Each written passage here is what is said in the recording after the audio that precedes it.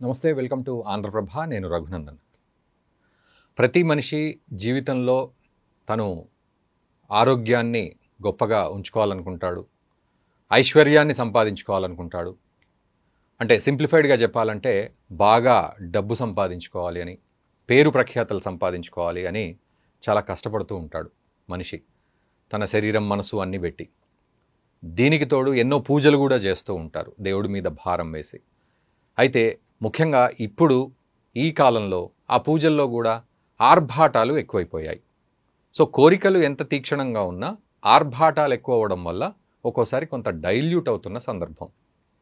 ఈరోజు మనం ఈ వీడియోలో ఈ ఆర్భాటాలు లేకుండా అసలైన మెకానిజం ఏంటి, అసలైన టెక్నాలజీ ఏంటి, ఒక యంత్రాన్ని పెట్టుకుని ఆ యంత్రాన్ని ఆరాధిస్తూ మనం జీవితంలో అష్టైశ్వర్యాలు ఎలా పొందాలి. ముఖ్యంగా ఇప్పుడు శ్రావణ మాసం నడుస్తోంది. మహిళలందరూ కూడా అమ్మవారిని పూజిస్తూ శుక్రవారం నాడు రకరకాల నైవేద్యాలు అమ్మవారికి పెడుతూ భక్తి శ్రద్ధలతో పూజిస్తూ ఉన్నారు.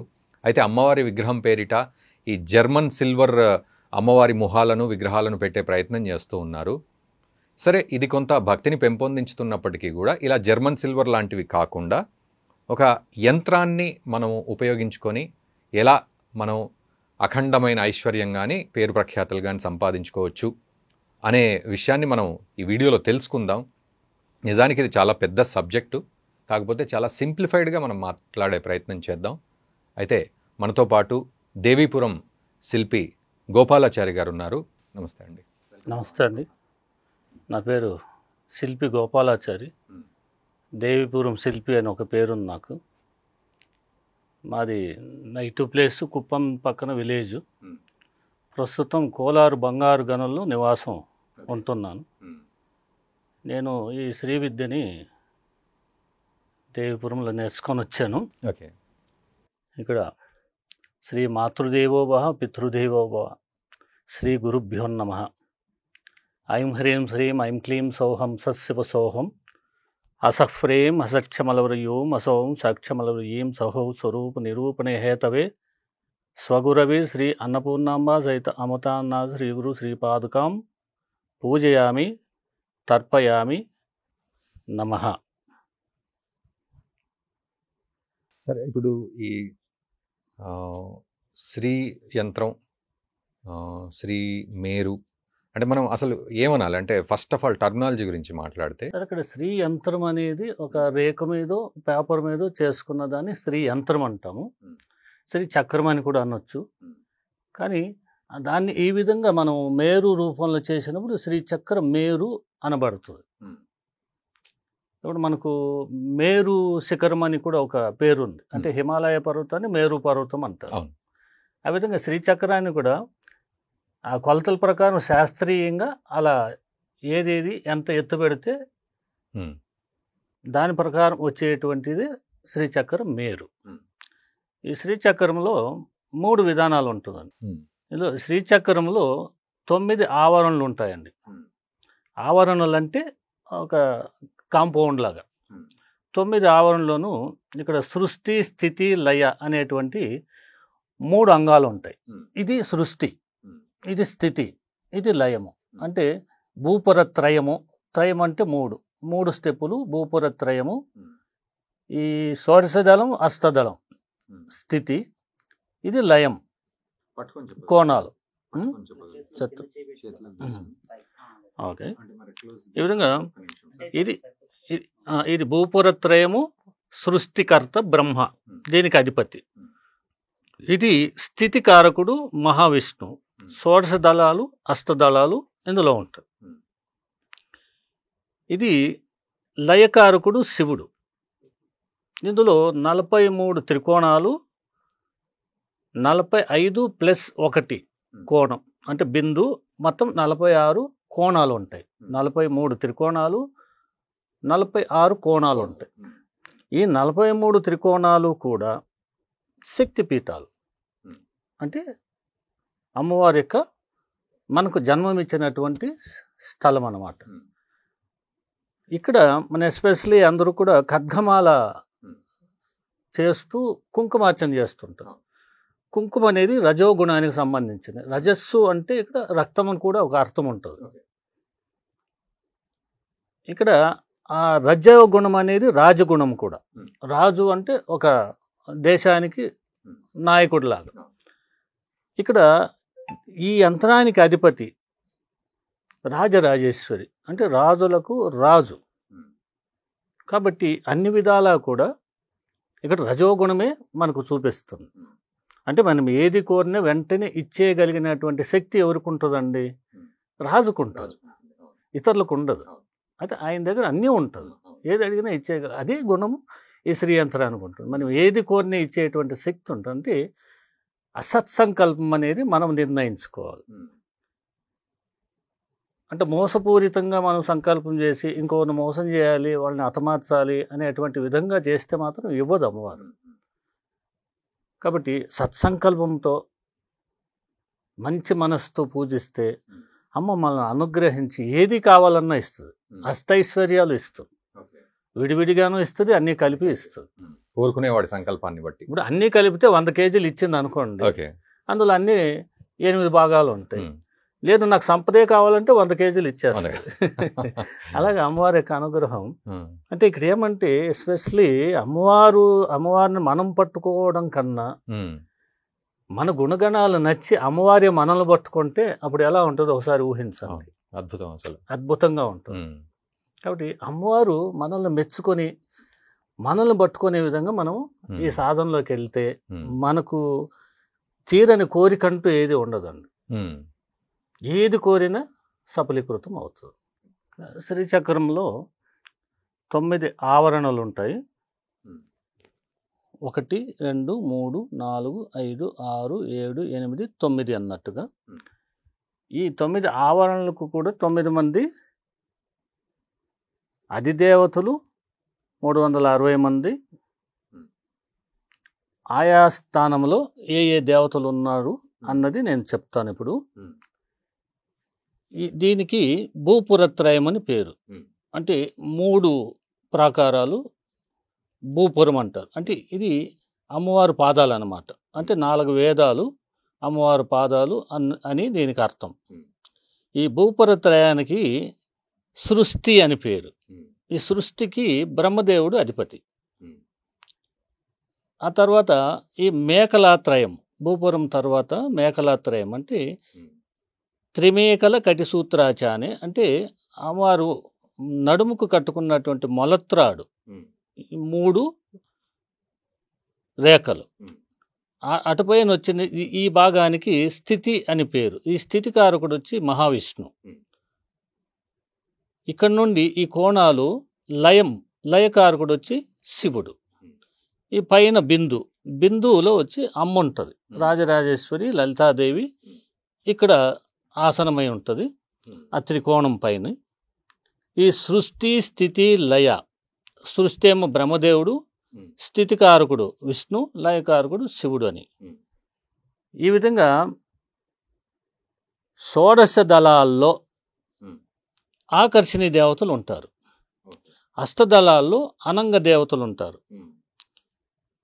టోటల్గా మనం అక్కడికి వచ్చినప్పుడు ఆవరణ దేవతలు, మొదటి ఆవరణలో ఏ దేవతలు ఉంటారు అంటే అనిమాది సిద్ధులు అని 10 మంది ఉంటారు.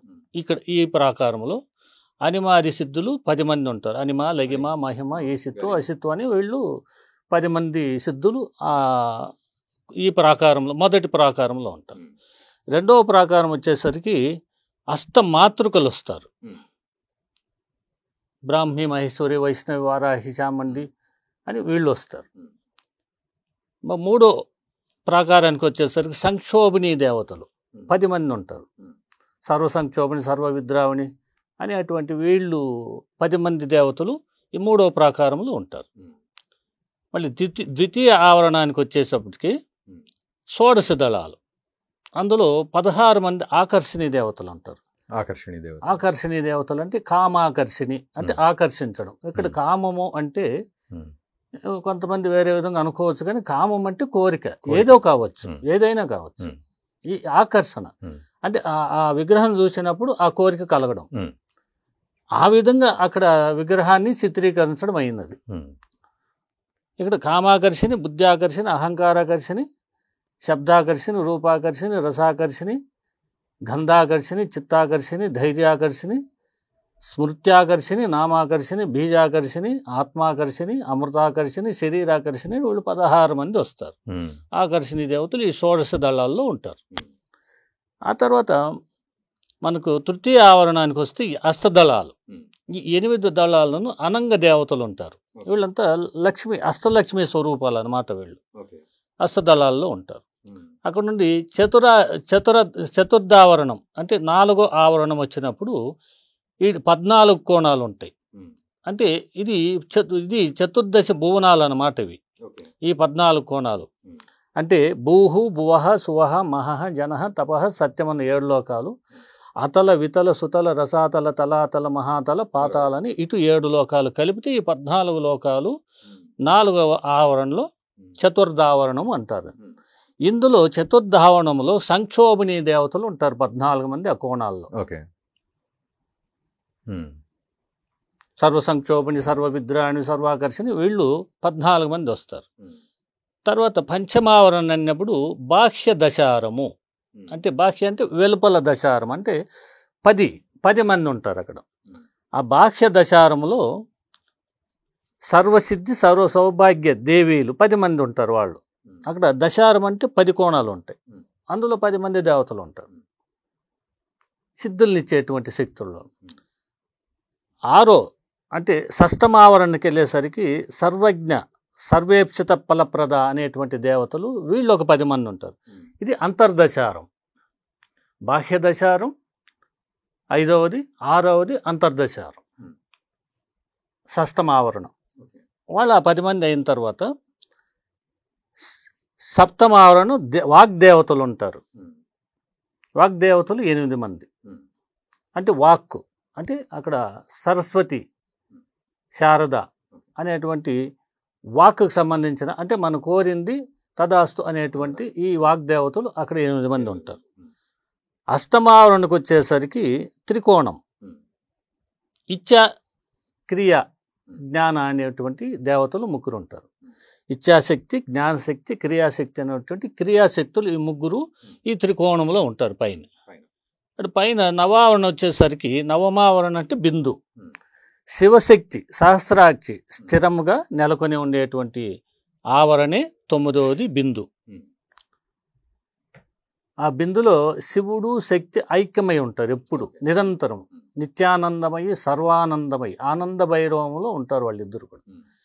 ఈ విధంగా ఉండి నిర్మాణం చేసినటువంటి ఈ శ్రీయంత్రాన్ని ఎవరైతే సాధన చేయాలని పూజిస్తారో లేదా శ్రీయంత్రాన్ని తీసుకెళ్ళి ఇంట్లో పెట్టుకుంటారో అక్కడ సర్వశక్తులు కలిగి ఉంటుంది ఆ శ్రీయంత్రంలో.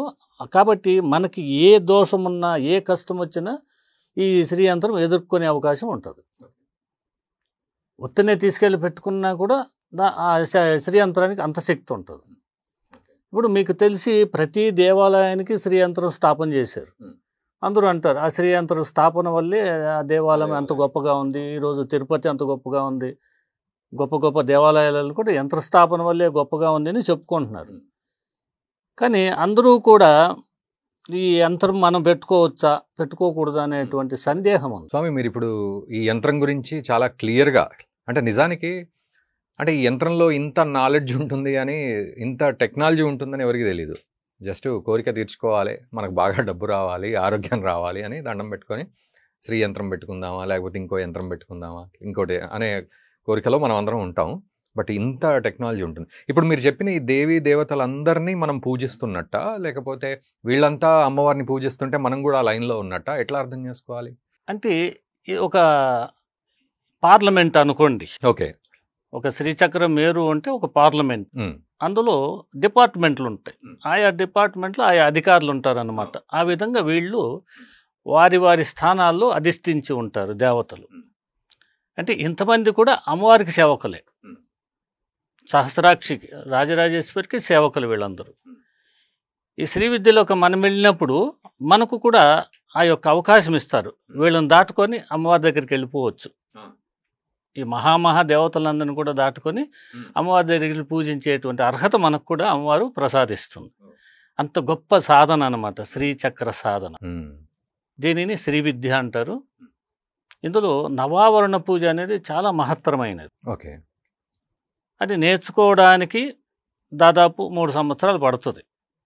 అంటే దీనికి ఇది నేర్చుకునే ముందు దీనికి కొన్ని సాధనలు ఇస్తాం. మొట్టమొదట బాలామంత్రం అనేది ఇస్తాం. ఓకే. ఆ బాలామంత్రం సాధన ఎన్నిసార్లు చేయాలో అది చేసిన తర్వాత గణపతి తర్పణం ఇస్తాం. అది 44 రోజులు, రోజుకు 444 సార్లు చొప్పున 44 రోజులు దాన్ని తర్పణం చేసినట్లయితే అది సిద్ధిస్తుంది. అక్కడ నుండి సెకండ్ స్టెప్ ఏమంటే రాజశ్యామల తర్పణాలు చెప్తాం. రాజశ్యామల అంటే ఇక్కడ జ్ఞానం, వాగ్దేవత ఆమె. జ్ఞానం తర్వాతే లక్ష్మి ఉంటుంది. మనం ఉదయం లేచిన తర్వాత కరాగ్రే వసతే లక్ష్మి కరమధ్యే సరస్వతి కర్మూలే స్థితే గౌరి అంటే ఈ వేళ్ళు కొసలతో నోట్లు పట్టుకుంటాం కాబట్టి అక్కడ లక్ష్మి ఉంది అన్నాం. కరమధ్య సరస్వతి అంటాం. మధ్యలో సరస్వతి. వీళ్ళిద్దరికి మీడియేటర్ ఎవరంటే సరస్వతిని. విద్య ఉంటేనే వీళ్ళిద్దరూ పలుకుతారు. ఈ విధంగా వీళ్ళిద్దరూ జాయిన్ అవ్వాలంటే ఇక్కడ సరస్వతి ఉండాలి. అంటే ఆ జ్ఞానాన్ని ప్రసాదించేటటువంటిది రాజశ్యామల. ఆ రాజశ్యామల తర్పణాలు నేర్పిస్తాం. ఆ రాజశ్యామల అయిన తర్వాత వారాహి తర్పణాలు నేర్పిస్తాం. ఇక్కడ రాజశ్యామల మంత్రిని అంటే రాజుకు మంత్రి అన్నమాట, ముఖ్యమంత్రి. వారాహిదేవి ఏమో దండిని అంటే సేనాపతి.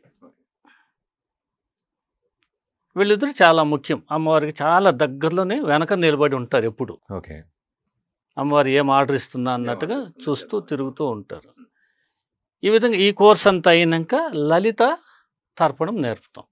అక్కడ నుండి వీళ్ళకి పంచదశి అనేటువంటి 15 అక్షరాల మూల మంత్రం నేర్పుతాం. 7 కోట్ల మంత్రాలకి ఈ మంత్రం రాజము అని, ఈ మంత్రాన్ని మంత్రరాజము అని అంటాం. ఈ పంచదశి మంత్రాన్ని అంత గొప్పదనమాట ఈ మంత్రం. 7 కోట్ల మంత్రాలకి ఈ మంత్రమే పెద్దది. ఈ మంత్రమే రాజు, మంత్రరాజ్యం. ఈ యంత్రానికి పేరు యంత్రరాజ్యము. అన్ని యంత్రాలకి రాజు ఈ యంత్రం. ప్రతి దేవతకి యంత్రం ఉంటుంది. అన్నిటికీ కూడా రాజు ఎవరంటే శ్రీచక్ర మహామేరు. వీళ్ళందరికీ అధిపతి ఎవరంటే రాజరాజేశ్వరి. రాజులకు రాజు, చక్రవర్తి అమ్మవారు, ఆదిశక్తి. ఆదిలో పుట్టినటువంటి మహాశక్తి అమ్మవారే, సాక్షాత్తు లలితాదేవి.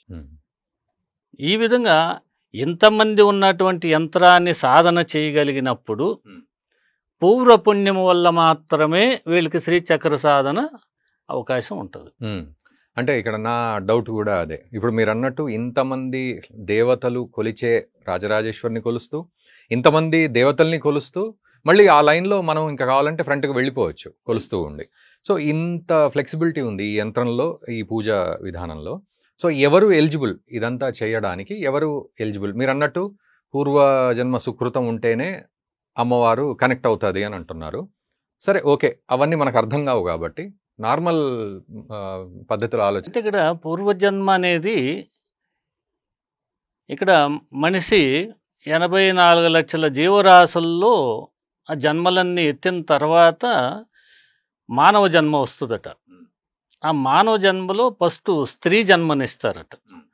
ఆ స్త్రీ జన్మలో ఉత్తీర్ణత పొందితే అంటే సహధర్మచారిణి అంటారు భార్యని. అంటే భర్తకు అనుకూలంగా అనుసరించి ధర్మార్థ కామ మోక్షాలు చతుర్విధ పలు పురుషార్థాలకు ఈవిడ తోడుండి ఆ ధర్మాన్ని కాపాడితే తర్వాత ఈవిడికి పురుష జన్మ ఇస్తారట.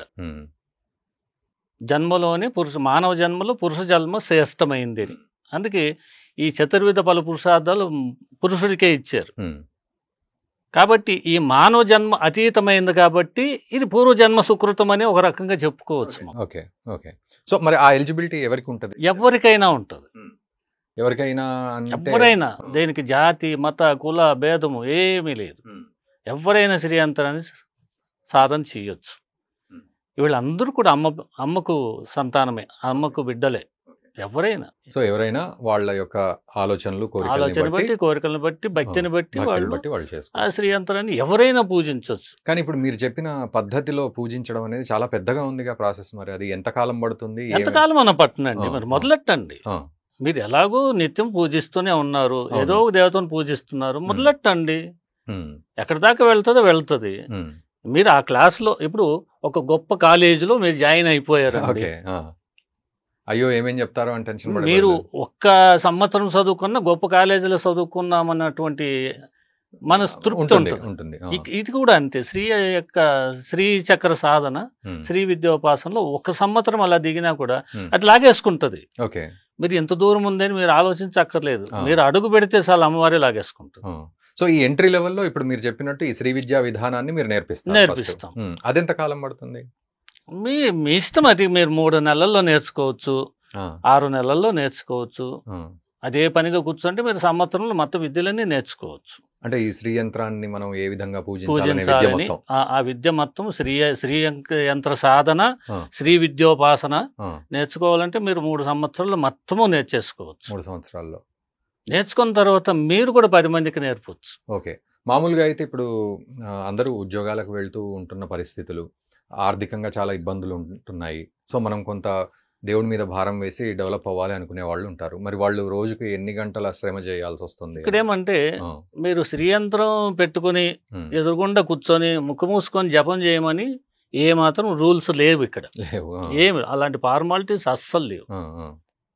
చక్రము అంటే తిరగడమే, మీరు చక్రమే, మనిషి మీరు కూడా చక్రమే. మీరు తిరగాలి, తిరిగితేనే మీరు భుక్తి, లేకపోతే లేదు. ఇప్పుడు మొత్తం యంత్రయుగం, అందరూ తిరిగితేనే బతకగలం. కాబట్టి యంత్రానికి అక్కడే కూర్చొని చేయాలని రూల్ ఏమి లేదు. పద్ధతి తెలుసుకుని ఒకసారి ప్రాణప్రతిష్ఠ చేసి యంత్రాన్ని ప్రతిష్టాపన చేసుకొని ఇంట్లో ఆ మూలమంత్రాన్ని మీరు ఎక్కడున్నా, ఏ స్థితిలో ఉన్నా, ఏ పరిస్థితుల్లో ఉన్నా మూలమంత్రాన్ని మీరు జపిస్తారు. అంటే మీరు సపోజు మీరు బయటకు వచ్చారు, ఫోన్లో ఛార్జ్ అయిపోయింది, మరి ఇంటికి వెళ్ళేదాకా ఛార్జ్ చేయరా? ఎక్కడ పట్ట చేస్తారు కదా. అలాగే ఇది కూడా ఎక్కడైనా చేయండి. మీరు ఆ మంత్రం మీలో పఠన జరుగుతూ ఉంటుంది. మీకు ఏదో క్షణం దొరుకుతుంది, టైం దొరకపోదు. ఆ సమయంలో ఆ సాధన చేసుకోండి. అది ఛార్జింగ్ అవుతూనే ఉంటుంది, డెవలప్ అవుతూనే ఉంటుంది మీ సాధన. అంటే నేను విన్న ప్రకారం అయితే ఇదంతా పద్ధతి నేర్చుకొని మీరు చేస్తూ ఉన్న క్రమంలో దాన్ని ప్రతిరోజు చేయాలి, ఈ పద్ధతిలో చేయాలి అనేది ఒక పద్ధతి ఉంటుంది కదా. ఇప్పుడు షోడశోపచార పూజ అంటారు, అట్లా అలాగని ప్రతిరోజు చేయాలని రూల్ ఏమి లేదు సార్.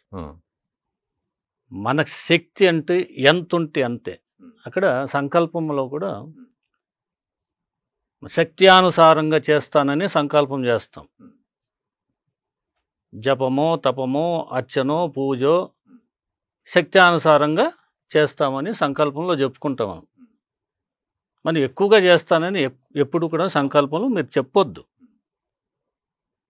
నా శక్త్యానుసారంగా చేస్తాను, పత్రం పుష్పం ఫలం తోయం, నాకు ఏది వేలు పడితే అదే ఇస్తాను. మనం ఏది తినిపిస్తే అదే ఇప్పుడు మన ఇంట్లో బిడ్డ పుడితే మొదటి నుండి మనం ఏం తినిపెడతామో అదే అలవాటు అవుతుంది. అమ్మకు అంతే, మీరేం తినిపిస్తే అదే తీసుకుంటుంది ఆవిడ, దానికి తగిన ఫలితం మనకి ఇస్తూ ఉంటుంది. ఇక్కడేమంటే అమ్మవారు 3 రోజుల్లో పెద్దది అయిపోవచ్చు. ఒక చిన్న పిల్ల అనుకుందాం, ఇప్పుడు మీకు ఇచ్చినప్పుడు చిన్న బిడ్డ, 1 నెల బిడ్డను మీ చేతిలో పెట్టాం శ్రీ యంత్రం అనుకోండి. మీరు చేసే సాధన వల్ల 3 రోజుల్లోనే అమ్మ పెరగవచ్చు, లేదా అమ్మ 3 నెలలు కావచ్చు, లేదా 3 సంవత్సరాలు. అంటే మీరు చేసే సాధన వల్ల అది మీకు సంబంధించింది. మీకు పని ఉందో లేదో, మీకు టైం లేదో, అది మీరు చూసుకోవాలి. అది వాళ్ళు ఎవరికి వాళ్ళు చూసుకొని మీరు తొందరగా అమ్మవారు పెరగాలి అంటే ఇప్పుడు ఒక 3 నెలల పాపని మనం చూసుకోవాలి. ఆవిడ మనకేం చేయదు. అదే 3 ఏళ్ళు అయింది అనుకోండి, అమ్మ పాప ఆ వస్తువు ఇలా తెచ్చి అంటే తెచ్చేస్తుంది. 6 ఏళ్ళు అయింది అనుకోండి, మనం చెప్పగానే ఆ పని చేసేస్తుంది. 9 ఏళ్ళు వచ్చిందంటే వంట కూడా చేసి పెట్టేస్తుంది. అంటే ఈ విధంగా ఇవన్నీ ఆ స్థాయికి తీసుకురావాల్సిన శక్తి మనలోనే ఉంటుంది. ఆ సాధన మనం బాధ్యతగా మంత్ర జపమేనండి. ఇక్కడ మీరు పెట్టిన నైవేద్యం కానీ, పలహారాలు కానీ, పళ్ళు కానీ అమ్మవారు తినదు. అమ్మవారు తినంటే నిజంగానే ఎవరు పెట్టరు. అంటే దేవుడు తినేంత మనం పెట్టే శక్తి మనకు లేదు. కాబట్టి మనం ఏం చేస్తామంటే అక్కడ పెట్టింది మనమే తింటాం, ఎందుకంటే అది మనకు నచ్చింది అమ్మవారికి పెడుతున్నాం. అమ్మవారికి నచ్చింది ఏమని మనకు తెలియదు అసలు. అక్కడ పెట్టింది మనమే తినేస్తున్నాం. అమ్మ ఎంత బాగుంది అమ్మవారి ప్రసాదం, ఆహో ఓహో అని మనమే పొగుడుతుంటాం. కానీ కాబట్టి అక్కడ ఎంత అనేది ఏమీ లేదు. మీరు ఎంతనా పెట్టండి, ఎంత పెట్టినా ఆవిడ తృప్తి పడుతుంది. మీరు సాధనే, మంత్రమే ఇక్కడ ప్రాణము. ఇక్కడ నివేదన చేసినప్పుడు మనం ఏం చెప్తాం? ప్రాణాయ స్వాహ, పానాయ స్వాహ, ఉదానాయ స్వాహ, వ్యానాయ స్వాహ, సమానాయ స్వాహ, బ్రహ్మణే స్వాహ అన్నప్పుడు 5 విధానాలతో మనము అమ్మవారికి భోజనం పెడతాం. ప్రాణ అపాన, లోనికి పీల్చుకునేది ప్రాణవాయువు, బయటకు వదిలేసేది అపానం. ఈ విధంగా దశవాయువులు ఉన్నాయి మనలో.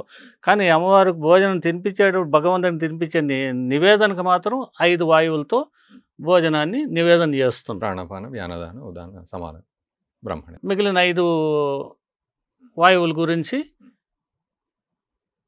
కృకర, నాగ, కూర్మ, ధనుంజయ, దేవదత్త అని ఇంకా 5 వాయువులు ఉన్నాయి మనలోని.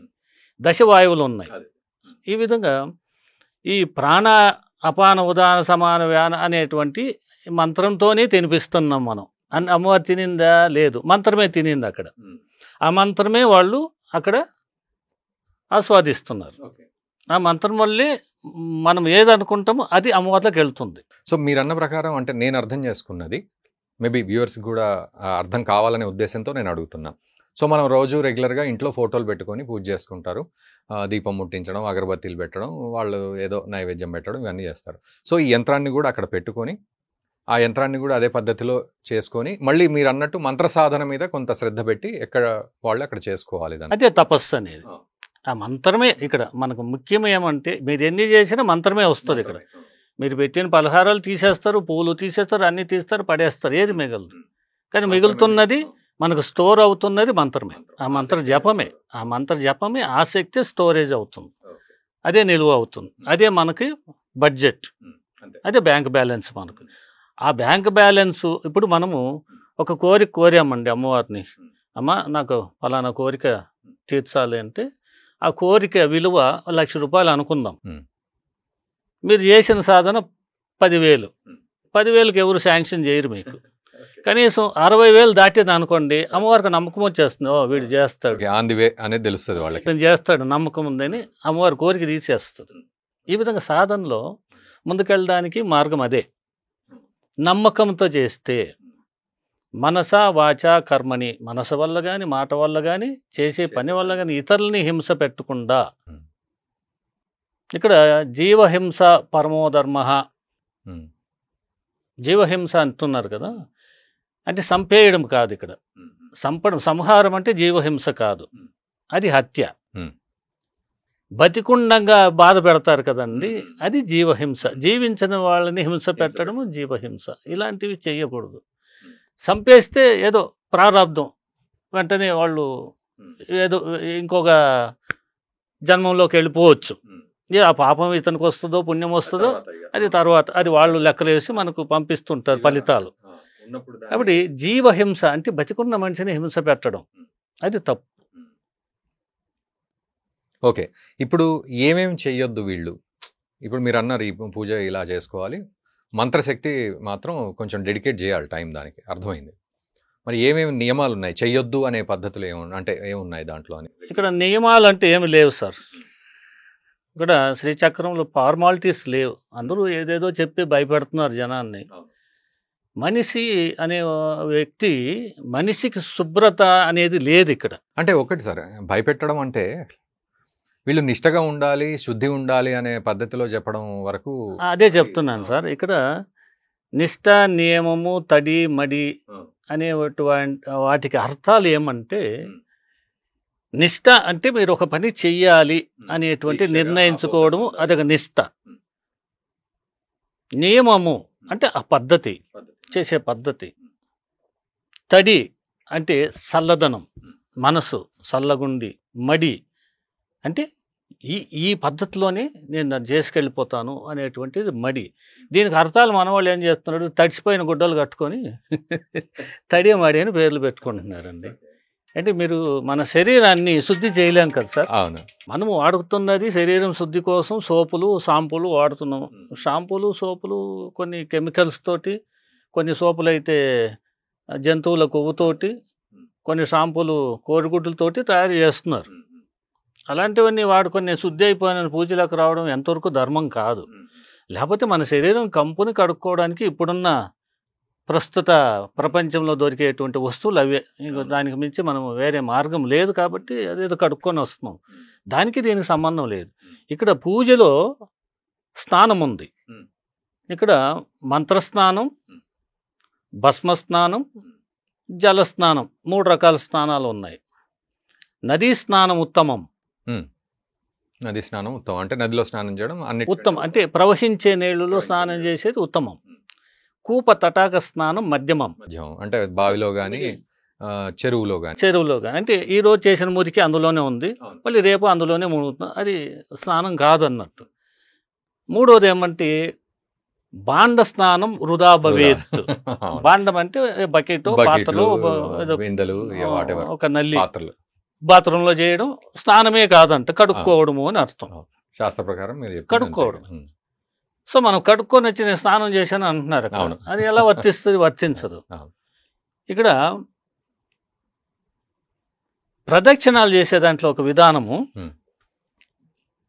యాని కానిచ పాపాని జన్మాంతర్కృతాని చ తాని తాని ప్రణశ్యంతి ప్రదక్షిణ పదే పదే. యాని కానిచ పాపాన్ని తెలిసి తెలియకుండా చేసిన పాపాలు కృతానిచ చేసింటే, జన్మాంతర కృతానిచ జన్మలో చేసినటువంటి కృతము ఏదైతే ఉందో తాని తాని ప్రణశ్యంతి, నిన్ను తగులుతూ ప్రణశ్యంతి ప్రదక్షిణ పదే పదే. దక్షిణ భాగం అంటే కుడి భాగం చూపిస్తూ నీ చుట్టూ తిరుగుతాననే మంత్రానికి అర్థం. కొంతమంది నిలబడిన చోట తిరిగేసి వెళ్ళిపోమంటున్నారు. అవునవును, అంతేగా. ఇప్పుడు మీకు తెలిసి జనరల్ గా దేవాలయానికి వెళ్తే వెనక్కి వస్తుంటారు కొంతమంది. దాని అర్థం ఏమంటే వీపు చూపించొద్దు. మరి మీరు నిలబడిన చోట ప్రదక్షిణ చేసినప్పుడు అన్ని చూపించిన వాళ్ళు అయినారు కదా, మరి దాని ఫలితము మీకే అర్థమవుతుంది. అలా తిరగొద్దు అక్కడ. అందరూ అలాగే తిరగం, యాని కానిచ పాపాని అంటారు, ఇటు తిరుగుతుంది. మళ్ళీ ఆత్మపరిరక్షణ నమస్కారం సమర్పయామంటారు. ఆత్మని వదిలేయండి, మీ చేతనైతే ఆత్మ తిరిగి వస్తుంది. మీరెందుకు తిరుగుతారు? మీ శరీరాన్ని తిప్పొద్దు అక్కడ. ప్రదక్షిణ అంటే మనమే స్వయంగా ప్రదక్షిణ చేస్తున్నాం. మీరు తిరగండి, వీలు పడితే దేవాలయం చుట్టూ తిరగండి, లేదు విగ్రహం చుట్టూ తిరగండి, శ్రీయంత్రం చుట్టూ తిరగండి, మీ పెద్దల చుట్టూ తిరగండి. అది ప్రదక్షిణ. ఇప్పుడు గణపతికి సుబ్రహ్మణ్య స్వామికి పోటీ పెట్టారు. ఆ మామిడి పండు ఎవరికి కావాలంటే వాళ్ళు ప్రపంచం ఎవరు తొందరగా తిరిగి వస్తే వాళ్ళకి ఇస్తామన్నారు. గణపతి ఏం చేశాడు? అమ్మ నాన్నకి తిరిగేశాడు. అది ప్రదక్షిణం. ఏమండి, అలా చేస్తే ప్రదక్షిణం అవుతుంది. నీకు నువ్వే తిరిగితే, గణపతి అలా తిరిగితే పండు ఇవ్వరు కదా ఆయన. ఆత్మ ప్రదక్షిణం కాదండి, అది కాదు కదా. ఆయన చుట్టూ ఆయన తిరుక్కుంటున్నాడు, దేవుడి చుట్టూ తిరగలేదనే కదా దాని అర్థం. అక్కడే ఉంది కదా. మరి ఇలాంటి పొరపాట్లు చేయించడం అనేది అందుకే భయపెడుతున్నారు, తప్పుదావు పట్టిస్తున్నారు అని. సో మరి దీనికి ఇప్పుడు రూల్స్ అండ్ రెగ్యులేషన్స్ అంటే నేను అడుగుతాను. ఇప్పుడు చాలా మంది బయట విపరీతంగా తిరిగి వస్తారు, తినడం విషయంలో కానీ తాగడం విషయంలో కానీ రకరకాల పద్ధతుల్లో బతికేస్తూ ఉంటారు కదా. మరి అట్లాంటి వాళ్ళు మళ్ళీ ఈ యంత్రాన్ని మేము పెట్టుకోవచ్చా అని అడుగుతారు. సార్, మీరు శరీరమే రక్తమాంసాలతో నిండి ఉందండి. కరెక్టే, కానీ మరి అవునండి. ఇప్పుడు రావణాసురుడు రాక్షసుడు. ఏమండి, రాక్షసులు ఏం తింటారు? మాంసాలు తింటారు. రావణాసురుడు తిన్నాడో లేదో సెకండరీ. మరి ఆయన పాలనలో ఉన్నటువంటి రాక్షసులంతా మాంసాలు తిన్నట్టే కదా అర్థము. రాక్షసులు అంటే మాంసం తినేవాళ్ళు కదా. మరి రాక్షసరాజు ఆయన అంతమంది దేవతల్ని తీసుకెళ్లి బంధించి ఆయన కావాల్సిన సౌకర్యాలని చేయించుకున్నప్పుడు గొప్పతనం ఉంది కదా, సాధించాడు కదా ఆయన. మరి ఏం ద్రోహం ఉంది అక్కడ? ఏం నష్టపోయారు? ఏమీ లేదు కదా. ఆయన కోరుకున్నదేమి భగవంతులు ఐక్యమైపోవడానికి అది ఒక సబ్జెక్టు. ఆయన తొందరగా ఐక్యమైపోవాలని ఆయన దుర్మార్గాలు చేశాడని మనకు తెలిసింది. అది ఉంది. కానీ ఆయన గొప్పగా బతికారు. రావణ బ్రహ్మ బతికినంత గొప్పగా ఎవరు బతకలేదు ఇంతవరకు మనకు తెలిసి. అంటే మీరు అనేది అట్లాంటి విషయాలు దీనికి ముడిపెట్టాల్సిన అవసరం లేదు. ఇప్పుడు సింహాసనేశ్వరి అమ్మవారు వాహనం ఏదండి? సింహం పులిహోర తింటదండి. మరి తన వాహనమే మాంసం తిన్నప్పుడు మిమ్మల్ని తినొద్దు అని అనలేదు ఆవిడ. అంటే తినొద్దు అంటే ఇక్కడ ఏమంటే అది తమో గుణానికి సంబంధించిన మాంసం. అంటే ఇంకో జీవిని చంపి నువ్వు తినడం అది మూర్ఖత్వము. అందుకు నువ్వు తినొద్దు. మాంసం తింటే మాంసం పెరుగుతుంది, బుద్ధి పెరగదు. అది తమో గుణానికి సంబంధించింది కాబట్టి బుద్ధి మందగిస్తుంది, నాలుక మందగిస్తుంది. నాలుకలో మంత్రం ఉచ్చారణ రాదు, సుస్వరం రాదు, సస్వరం రాదు. అంటే చాలా మంది ఏం చేస్తారంటే రేపు పూజ కదా ఇవాళ తినేద్దామని ముందే అదే నేను అడుగుతాను, తినేసి స్నానం చేసేస్తానంటే తిన్నది కడుపులో పెట్టుకుని స్నానం చేస్తే ఏం శుద్ధి అయింది ఇక్కడ? అదే మరి లోపలికి గొట్టం పెట్టి లోపలికి నీళ్లు వదిలి అది వెంటనే బయటకు వస్తే శుద్ధి అవుతుంది అనుకుందాం. అలా 24 గంటలు పడాలి కదా కనీసం. 24 గంటలే కాదు సార్, ఎవ్రీ సెకండ్ మీకు అది రొటేట్ అవుతూనే ఉంటుంది, మూత్రం తయారవుతుంది, మలం తయారవుతుంది. ఈ లోపు వాడు పూజలో కూర్చోవడం. దీన్ని గొప్ప శరీరం అని ఎందుకు అంటారు? కాదు, ఈ శరీరం పూజకి పనికిరాదు. మీకు పనికొస్తున్నది ఆత్మ, మీ భక్తి. ఆత్మశుద్ధి లేని ఆచారం అది ఏల, బాండశుద్ధి లేని పాకమేల. ఆత్మశుద్ధితో అర్చన చేయమని చెప్తుంది శాస్త్రం, తప్పించి మీ శరీరం ఎవరికి కావాలండి? శరీరంతో మీరు పూజ చేయొద్దు, భక్తి శ్రద్ధలతో చేయండి. ఇప్పుడు భక్త కన్నప్ప ఏం చేశాడు? వేటాడిని జంతువుల మాంసం శివుడికి పెట్టి నైవేద్యం, ఆయనకు పరీక్షించాలని ఆయన కళ్ళలో రక్తం వస్తుంటే కన్నేమో అయిందని ఒక కన్ను తీసేసి ఆయన కన్ను ఆయన శివుడికి పెడతాడు. సో రెండో కన్ను తీసేవాడు మళ్ళీ నాకు గుర్తు తెలియదు కానీ ఆయన బొటన వేలు కన్ను మీద పెట్టి ఆయనకు ఇంకో కన్ను తీసి పెడతాడు. మరి అక్కడ ఏమనిపించింది మనకు? భక్తి అనిపించింది. కరెక్టే. ఇప్పుడు అంత పీక్ స్టేజ్ లో భక్తి లేకుండా జనరల్ గా ఉంటే చాలు, ఒక నమ్మకంతో విశ్వాసం, ఒక నమ్మకం నేను చేస్తున్నా, నాకు ఏదో ఒక రోజు అమ్మవారు నన్ను కాపాడుతుంది అనేటువంటి నమ్మకంతో చెయ్యండి.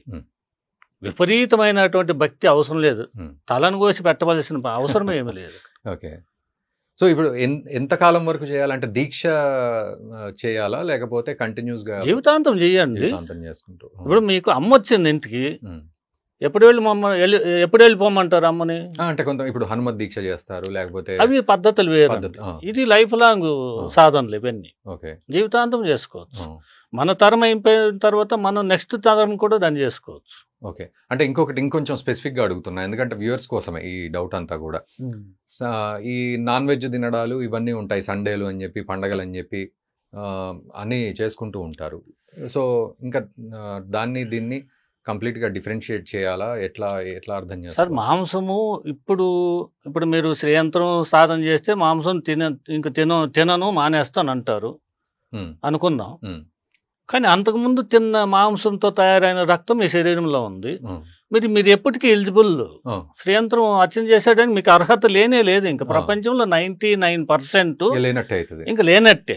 అప్పుడు ఎవరు చేయాలండి? ఇంకా 1% అనా శ్రీయంత్రాన్ని పూజిస్తారు? అంటే వీళ్ళకు ఇంకా అవకాశం ఇవ్వద్దా? ఇవ్వచ్చు కదా. మూర్ఖుడైనా, చండాలుడైనా, దుస్తుడైనా, దొంగైనా, ఎవరైనా అమ్మకు సమానమే కాబట్టి అమ్మని అందరూ పూజించవచ్చు. సో మీ అన్నదానికి నాకు తెలిసి వ్యూవర్స్ కూడా మంచి కరెక్ట్ సమాధానం దొరికి ఉంటుంది ఈ పాటికి. అవును. ఓకే. కాబట్టి ఎవరైనా పూజించవచ్చు. మాంసం కొంతకాలానికి మానగలిగితే మానేయండి, దానివల్ల మీకు ఆయుష్ పెరుగుతుంది. మాంసం తింటే శరీరం పెరుగుతుందని తింటున్నారే తప్ప ఆయుష్ తరిగిపోతుంది, తెలుసా మీకు? మీరు గమనించండి, జనరల్గా మన జైన్స్ కానీ బ్రాహ్మిన్స్ కానీ మాంసాలు తినరు. వాళ్ళు చూడండి 90 ఏళ్ళు పండు ముసలి వాళ్ళు ఆరోగ్యంగా తిరుగుతూ ఉంటారు. ఈ మాంసం తినేవాళ్ళు 40-50 సంవత్సరాలకే శరీరము వంగిపోయి నడవలేని పరిస్థితి, కాళ్ళు పనిచేయని పరిస్థితి, నానా రోగాలతో బాధలు పడుతుంటారు. అంటే ఇప్పుడు మీరు ఎట్లా అంటే మళ్ళీ మా వ్యూవర్స్ కూడా 90 ఏళ్ళు మా తాత బతికాడు, మటనే తిన్నాడు అంటారు మళ్ళీ. అంటే అప్పుడు తిన్న భోజనాలను బట్టి, ఆ తాతల కాలం, అది తాత అన్నారు మీరు, తాతల కాలం నాటి భోజనాలు అప్పటివి. ఏమండి? ఇప్పుడు లేదా భోజనం? అదే. ఇప్పుడు మీరు చికెన్ తింటే, ఇప్పుడు మామూలుగా వెజిటేరియన్ తిన్నా 40 ఏళ్ళకే కృంగిపోయేటట్టున్నారు. మరి 30 ఏళ్ళకి 30 తర్వాత అబ్బాయిలకు నడుము పని చేయట్లేదు. ఇప్పుడు సాఫ్ట్వేర్ అంటున్నారు. సాఫ్ట్వేర్ సంతానాలు ఆగిపోయింది ఇప్పుడు, మొత్తం డ్యామేజ్. వీళ్ళు 24 గంటలు ఏసీలో ఉండడం వల్ల మొత్తం లెంగ్స్, లివరు మొత్తం కిడ్నీలు పాడైపోయి సంతానాలు లేదు, దత్తత తీసుకుంటున్నారు. ఆ పరిస్థితి వచ్చింది ఇప్పుడు. సరే, will come to the point again. ఇప్పుడు ఈ యంత్రాన్ని మీరు అన్నట్లుగా చాలా భక్తితో మంత్ర శక్తి దానికి సమర్పిస్తూ చేస్తూ ఉన్నారు. సో ఎలాంటి కోరికలు ఎలా తీరుతాయి, ఎలాంటి కోరికలు కోరుకోవచ్చు? ఇక్కడ సంకల్పం అనేది ఒకటి ఉంటుందండి. ఆ సంకల్పంలో మనము చెక్బంది, అంటే మనం ఎక్కడున్నాం, సొంత ఇంట్లో ఉన్నామా, అద్దెంట్లో ఉన్నామా, మన చుట్టూ ఏమి ప్రశస్తమైనటువంటి ప్రాంతాలు, అంటే సపోజ్ శ్రీశైలం, లేకపోతే గోదావరి నది, కృష్ణా నది, ఏ నదికి ఏ దిశలో ఉన్నాం, అంటే మనం ఒక ఇల్లు రిజిస్ట్రేషన్ చేసినప్పుడు చుట్టూ ఎవరున్నారు, రోడ్డు ఎటు ఉంది, ఏ ఇల్లు ఎవరు, ఆ ఇంటి నంబర్ ఏమి, ఆ ఇంటి యజమాని పేరేమని చెక్బంది అని వేస్తారు. అదేవిధంగా సంకల్పంలో ఇది కరెక్ట్గా చెప్పుకోవాలి. ఓకే, ఆ సంకల్పంలో ఆ దిశలు చెప్పుకొని మన గోత్రనామాలు. కొంతమంది గోత్రం అంటేనే తెలియని వాళ్ళు చాలామంది ఉన్నారు. గోత్రం అంటే ఏమిటా అని ఆలోచిస్తుంటారు. అంటే దేవుని గోత్రం చెప్పుకొని చేస్తారు, ఏదో ఒకటి చెప్తుంటారు, కానీ అది మనకు వర్తించకపోవచ్చు. అలాంటి కొన్ని ఫెయిల్యూర్ అయ్యే అవకాశాలు ఉంటాయి. ఇప్పుడు అడ్రస్ లేని ఉత్తరం వచ్చింది అనుకోండి, ఎక్కడికి వెళ్తుంది అది? అలా తిరుగుతూనే ఉంటుంది, ఇంకా దానికి గమ్యం లేదు. సో గోత్రం కంపల్సరీ. కొంతమంది జాతి లేదు, కులం లేదంటారు, కరెక్టే, అన్ని జాతులు ఒకటే. అంటే ఆ గోత్రాలను బట్టి, ఆయా ఋషి సంతతిని బట్టి, ఆయా సంబంధాలు, పెళ్ళిళ్ళు కానీ, పేరంటాలు కానీ, సంబంధాలు కానీ పెట్టుకుంటే ఆ స్వజాతి యొక్క బీజము వాళ్ళకి మంచి బుద్ధి, మంచి ఆలోచన వస్తుంది పుట్టిన ప్రతి ఒక్కరికి. ఇది క్రాస్ అయింది అనుకోండి, బుద్ధి మారుతుంది, అక్కడ జనరల్గా మారిపోతుంది. Cross breed. ఇప్పుడు మనము గుమ్మడికాయ వంకాయ క్రాస్ చేస్తే ఈ రెండు రుచులు పోయి ఇంకొక రుచి, అది ఎందుకు అర్థం కాదు. కాకి ఒకప్పుడు బ్రహ్మాండంగా నడిచేదట. ఇప్పుడు చూసారా, ఇలా టిక్ టిక్కుమని ఎగురుతూ నడుస్తుంటారు. హంసను చూసి నేర్చుకున్నారు. హంస నడక నేర్వాలని ప్రయత్నించి ఆఖరికి ఉన్న నడక పోయి ఈ విధంగా తయారైంది కుంటి నడక. ఆ విధంగా క్రాస్ బ్రీడ్ అనేది. అందుకని ఆయా గోత్రీకులకి, ఆయా కులస్తులు, కులం ఎందుకు పెట్టారంటే ఆ గోత్రాన్ని బట్టి.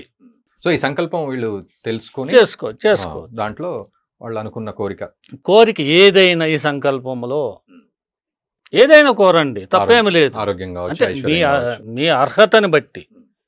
మీరు సపోజ్ ఒక చిన్న ఉద్యోగంలో ఉన్నారు, నాకు ఇంకా ప్రమోషన్ రాలేదు, నాకు ఆ పెద్ద ఉద్యోగం కావాలని కోరండి. లేదా ఆ సంస్థను నేనే స్థాపించాలి, దానికి నేనే పౌండర్ అవ్వాలి, నేనే కర్త కావాలి, కోరుకోండి. ఇస్తారు, లేకపోతే ఏదో మనకు అనుకూలమైన మన చేసిన సాధన ఫలితాన్ని బట్టి అమ్మవారు మనకి ఏదో ఇస్తుంది, ఇవ్వకుండా మాత్రం పోదు.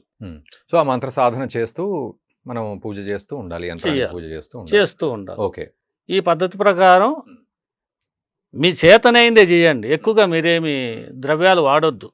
ఒక 50 మిల్లీలు పాలు చుక్కలు ఉంటే చాలు. పాలతో మీరు అభిషేకం చేసుకొని మంత్రంతో అన్ని మంత్రాలు కూడా చదివేయచ్చు. ఒక్కొక్క చుక్కే పుల్లతో తీసి పెట్టమన్నారు మా గురూజీ పాలు అక్కడ. ఓకే, మీరు చెంబుడు పోసినా కిందకే వస్తాయి. అవును, మీరు చుక్క పెట్టినా కిందకే వస్తుంది. చుక్క పెట్టండి, ఆ మంత్రం చెప్పండి. ఆయా అధిదేవత ఉన్న చోట ఆయా అధిదేవత పేరు చెప్పి ఆ మంత్రం, ఆ బీజం చెప్పి అక్కడ చుక్క పెట్టండి. సో మీరు నేర్పిస్తారు ఆ పద్ధతిలో? మీరు తప్పకుండా నేర్పిస్తాం. ఆ పద్ధతులన్నీ ఉన్నాయి. ఇది మేము 35 సంవత్సరాలుగా శ్రీ విద్యలో ఉన్నాం. మా గురూజీ మాకు ఆ విద్యలన్నీ నేర్పారు. మేము నేర్పాలనేటువంటి ఆరాటం మాలో ఉంది. అంటే తప్పుగా అనుకోకుండా ఒక సక్సెస్ స్టోరీ ఏదైనా చెప్తారా ఈ విషయంలో? దీంట్లో సక్సెస్ అయిన వాళ్ళ? ఎందుకంటే స్పిరిచువల్ గా మాట్లాడడం వేరు. అవునవును, ఆధారం కావాలి. ఇప్పుడు నా శిష్యుల్లో కొంతమంది, ఇప్పుడు సపోజ్ తమిళనాడులో నాకు శిష్యురాలు ఉంది. వాళ్ళు జీవన విధానంలో చాలా కష్టాలు పడి తినడానికి కూడా లేని పరిస్థితుల్లో నా దగ్గర సాధన తీసుకున్నారు. శ్రీయంత్రం తీసుకొని ఆఫీస్లో ఒకటి, ఇంట్లో ఒకటి పెట్టుకొని నేను చెప్పిన పద్ధతి ప్రకారం పూజలు మొదలెట్టి అంచెలంచెలుగా వాళ్ళు ఎదిగి ఈరోజు 170 లారీలకి ఓనర్ అయింది ఆ పిల్ల. 170 లారీలు, 170 కంటైనర్ లారీలకు ఓనర్ అయింది. అంటే కేవలం సాధన వల్ల. శ్రీచక్రమేరు యంత్ర, అది వాళ్ళు చెప్పింది. నేను ఇచ్చానని గొప్ప కాదు, నా తరపున వాళ్ళు గొప్పవారని నేను చెప్పలేదు.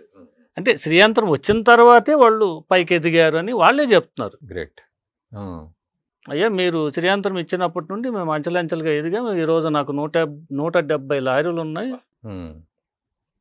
అంటే మీరన్నట్టు దినదినాభివృద్ధి చెందుతూ అవును, బ్రహ్మాండంగా డెవలప్ అవుతున్నారు, బ్రహ్మాండంగా పద్ధతిని పాటిస్తూ ఉన్నారు, 10 మందికి సాయం చేస్తారు, దాన ధర్మాలు ఉంది వాళ్ళు, 170 మందికి జీతాలు ఇస్తున్నారు, 170 మంది కుటుంబాలను కాపాడుతున్నారు. ఎంత గొప్ప విషయం అండి. ఎంత కాలంలో జరిగింది ఇది? అంటే వాళ్ళ 6 సంవత్సరాల్లో జరిగిందండి ఇంతను. వండర్ఫుల్. అసలు మనిషి కష్టపడుతూ పోతూ ఉంటే 6 సంవత్సరాలు 60 సంవత్సరాలు గడిచిపోతాయి. దాని బదులు ఈ 6 సంవత్సరాలు ఇట్లా సాధన చేయడం వల్ల నిజంగా కూడా. ఇప్పుడు చూడండి, తెలివైన వాళ్ళు ఉద్యోగాలు కోరరు. ఉద్యోగం కోరితే ఒక సర్కిల్లోనే ఉండాలి. వాళ్ళు ఇచ్చిన దాంట్లో నెలకింతే తినాలి, నెలకింతే ఖర్చు పెట్టాలి. తెలివైన వాళ్ళు కొంతమంది, అంటే వాళ్ళు జాతలు వద్దులేండి మన, వాళ్ళు బిజినెస్లు చేస్తారు, వ్యాపారమే వ్యాపారం, ఎప్పుడు వాడు కోట్లలోనే ఉంటారు. ఉద్యోగం అనేది పెద్దగా డెవలప్మెంట్ ఉండదు. సో మీరు అన్నట్టు ఈ సాధనలో వాడికి ఆటోమేటిక్ గా అన్ని ఎదుగుతారు, మైండ్ ఎదుగుతుంది తప్పకుండా. అంటే ఆ చేసే శ్రీయంత్రము కరెక్ట్ గా ఉందా లేదా, ఎక్కడ పడితే అక్కడ కొనేయడం తప్పు. ఎగ్జాక్ట్లీ ఈ పాయింట్ కి నేను వస్తాను మీ దగ్గరికి, ఎందుకంటే అది చాలా కీలకమైన విషయం. ఇది చాలా ముఖ్యమైనటువంటి విషయం. ఏమంటే ఇది ఒక సైంటిస్ట్ అమృతానంద గురూజీ దగ్గర విద్యని అభ్యసించి ఆయన ఆధ్వర్యంలో శ్రీయంత్రాన్ని 16 సంవత్సరాలు చేసి చూపెడితే ఆయన ఒప్పుకోక మొత్తం అన్నిటినీ కూడా పనికిరాదని పక్కన పెడితే 16వ సంవత్సరము ఇప్పటికీ కరెక్ట్గా తీసుకొచ్చావు, నేను ఆ రోజే ఒప్పుకుంటే నువ్వు ఇక్కడ దాకా వచ్చేవాడి కావు అని అప్పుడు గురూజీ ఆ ముద్ర వేశారు, ఇది సక్సెస్ అయింది అని. ఓకే రైట్ వ్యూవర్స్, ఇక్కడ నేను ఒక డిస్క్లైమర్ ఉపయోగిస్తాను. అంటే నిజానికి మనం సైంటిఫిక్గా మాట్లాడుతున్నాము, మనం ఏదో ఎక్కడ గాల్లో మెడల్ కట్టినట్టుగా ఏం మాట్లాడట్లేదు. శ్రీచక్ర మేరు యంత్రం సైంటిఫిక్గా మనకు ఎట్లా ఉపయోగపడుతుంది జీవితంలో అనేది మనం మాట్లాడుతున్నాం. సో దాన్ని ఖచ్చితంగా మీరు కూడా చూడండి. వీలైతే మీ బంధుమిత్రులకు కూడా, ఎవరైనా రకరకాల ఇబ్బందులు ఉంటాయి ప్రతి ఒక్కరి జీవితంలో, సో వాళ్ళకు కూడా ఈ వీడియోని షేర్ చేయండి. అండ్ లెంతీ వీడియో అని ఏమాత్రం అనుకోకుండా ఖచ్చితంగా ఈ వీడియోని పూర్తిగా చూడండి. వీలైతే మీరు కూడా జీవితంలో అభివృద్ధి చెందాలనే ఉద్దేశంతో ఈ ప్రశ్నలన్నీ నేను వారిని అడుగుతున్నాను. ఇంకా కొంత కంటిన్యూ చేస్తాను, ఇంకా కీలకమైన అంశాలు కూడా ఉన్నాయి. ఎక్కడ పడితే అక్కడ ఈ శ్రీచక్ర మేరు యంత్రం ఆన్లైన్లో కూడా దొరుకుతున్నాయి, మెటీరియల్స్ కూడా రకరకాలు వాడుతున్నారు. అండ్ జర్మన్ సిల్వర్తో వాడుతున్నాం ఇప్పుడు, అమ్మవారి మొహాన్ని ఎట్లా అని, ఇవన్నీ కాదు, మనం కరెక్ట్ యంత్రం ఎలా ఉంటుంది, ఎక్కడ తీసుకోవాలి, ఇవన్నీ కూడా మనం మాట్లాడదాం. సో మీరు అన్నట్లుగా ఇప్పుడు అంటే నేనంటే జర్మన్ సిల్వర్ బొమ్మలన్నీ తయారవుతున్నాయి సార్. ఇప్పుడు శ్రావణ మాసం శుక్రవారం నాడు పూజ చేయాలని చెప్పి కలశం పెట్టేసి కొబ్బరికాయ పెట్టేసి అమ్మవారి మొహాలు పెట్టేస్తున్నారు. సరే ఓకే, పాపం భక్తిలో ఏదో చేస్తున్నారు. దీనికి తోడు ఆర్భాటం ఒకటి తయారైంది. ఈ మధ్య యూట్యూబ్లో అందరూ ఆర్భాటం కోసం ఎక్కువ పాకులాడుతున్నారు. ఎంత గట్టిగా చేస్తే అంత సౌండ్ వస్తుంది అనుకుంటున్నారు. బట్ ఈ జర్మన్ సిల్వర్ పరిస్థితి ఏంది, ఈ ఆర్భాటం ఏంటి, ఎట్లా దీన్ని మనం మినిమైజ్ చేసి భక్తిని పెంచుకోవాలి చెప్పండి. సరే, ఇక్కడ ఈ జర్మన్ సిల్వరు ఇంకోటి అది పక్కన పెట్టండి. ఒక విగ్రహం అంటే ప్రమాణసహితంగా ఉంటేనే అందులో ప్రాణం ఉంటుంది. ఏమండి, ప్రాణమే కదా ముఖ్యము. ఆ జీవం లేందా అని తీసుకొని వచ్చి మీరు ఆర్భాటాలకు అనవసరమైనటువంటి ఖర్చులు పెట్టి ఏదో తృప్తి పొందాము, నలుగురిని పిలిచాము, నలుగురికి ఏదో పేరెంట్, అందరికీ ఏదో ప్రసాదాలు పెట్టాము, అందరికీ వాయినాలు ఇచ్చాము, గొప్పలు చెప్పుకోవడమే తప్పితే మీకేం ఫలితం వచ్చినా ఒకసారి జల్లెడి పట్టి చూడండి, లిస్ట్ అవుట్ చేసుకోవాలి. ఏమీ లేదు, ఖర్చు అయింది. ఖర్చు. వరలక్ష్మి అంటే అంటే వచ్చే లక్ష్మి అని అర్థం. మీరు ఆ రోజు ఏం చేస్తున్నారు, ఇంట్లో ఉండే లక్ష్మిని తీసుకెళ్ళి బజార్లో వదిలేస్తున్నారు. అది కొనడం ఇది కొనడం, ఆర్భాటాలు అంతుకొని ఇంకో ఒకరిని చూసి ఒకరు, వాళ్ళకన్నా గొప్పగా నేనేం తక్కువ కాదు, ఇంకా యూట్యూబ్లో నేను తగ్గను అన్నట్టుగా ఎక్కువ చేసేస్తున్నారు, విపరీతం చేస్తున్నారు. దాంట్లో ప్రయోజనం ఏమాత్రం లేదండి. అందులో సాధన లేదు, భక్తి లేదు, ప్రయోజనం లేదు, ఫలితము లేదు. సింపుల్ చేసుకోండి, పూజ సింపుల్గా పెట్టండి, సాధన చేయండి, మంత్ర సాధన చేయండి, తపస్సు చేయండి, జపం చేయండి, స్తోత్రం చేయండి, దేవుడు మెచ్చుకుంటాడు. కాబట్టి యంత్రం ఎక్కడ పడితే అక్కడ ఎవరు చెప్పారని కాకుండా ఒక క్వాలిఫైడ్, ఒక శిక్షణ పొందిన వారు ఎవరో తెలుసుకోండి, వెతకండి, అడగండి, 10 మందిని అడగండి, తెలుస్తుంది. ప్రతిదానికి మార్గం ఉంది. మార్గం లేనిదంటూ ఏది లేదు. సో ఇప్పుడు మీరు చెప్పే ఈ శ్రీచక్ర మేరు యంత్రము ఎంత పర్ఫెక్ట్గా తయారు చేయడం జరిగింది, ఎట్లాంటి మెటీరియల్తో తయారు చేయడం జరిగింది, ఏది ఇంపార్టెంట్? ఏమంటే మాకు చూడండి, అమ్మవారి యొక్క లీల, నేను దేవీపురంలో గురువు దగ్గర శ్రీచక్ర సాధన, శ్రీచక్ర నిర్మాణము ఇవన్నీ శిక్షణ పొంది వచ్చినా కూడా చాలా కష్టపడి చేయడమే అవుతుంది. అయితే మా బాధని అమ్మవారు అర్థం చేసుకుందేమో కానీ ఇజ్రాయెల్ నుండి ఒక అతన్ని పంపించింది మా ఇంటికి. ఇజ్రాయెల్ నుంచి? ఇజ్రాయెల్ నుండి. ఆయన ఎవరో మేమెవరో సంబంధం లేదు. మేమున్న ఊరు, ఆయన ఒక స్టూడెంట్. అక్కడ ప్రాక్టికల్ కోసం వచ్చాడట ఆయన. అక్కడ ఉండే లొకేషను, దాని గురించి హిస్టరీ, ఆ గోల్డ్ మైన్స్ అంటే ఏమి, దీని గురించి నేర్చుకోవడానికి వచ్చి ఆయన అక్కడ తీసిన ఫోటోల్ని అదేదో మోల్డ్ తయారు చేస్తాడు ఆయన రబ్బర్ తోటి. ఆ ఫోటోలు తీయడం, దాన్ని కంప్యూటర్లో పెట్టి 3D చేయడం, దాన్ని మోల్డ్ చేసి దాన్ని మెటల్ మోల్డ్ చేయాలని చాలామందిని అడిగితే ఎవరు అతనికి కరెక్ట్ అయిన అడ్రస్ ఇవ్వకపోతే ఆఖరికి ఒక జైన్ కుర్రాన్ని పట్టుకొని, మార్వాడి కుర్రాన్ని పట్టుకొని నా అడ్రస్ తీసుకొని మా ఇంటికి వచ్చాడు.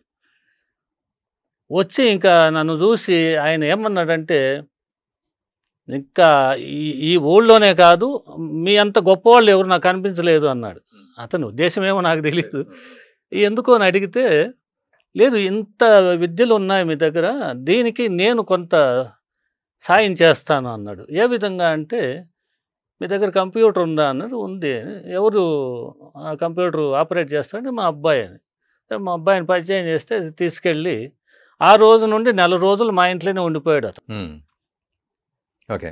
అతను నేర్పాడండి మాకు శ్రీయంత్రం కంప్యూటర్లు ఎలా డ్రా చేయాలో.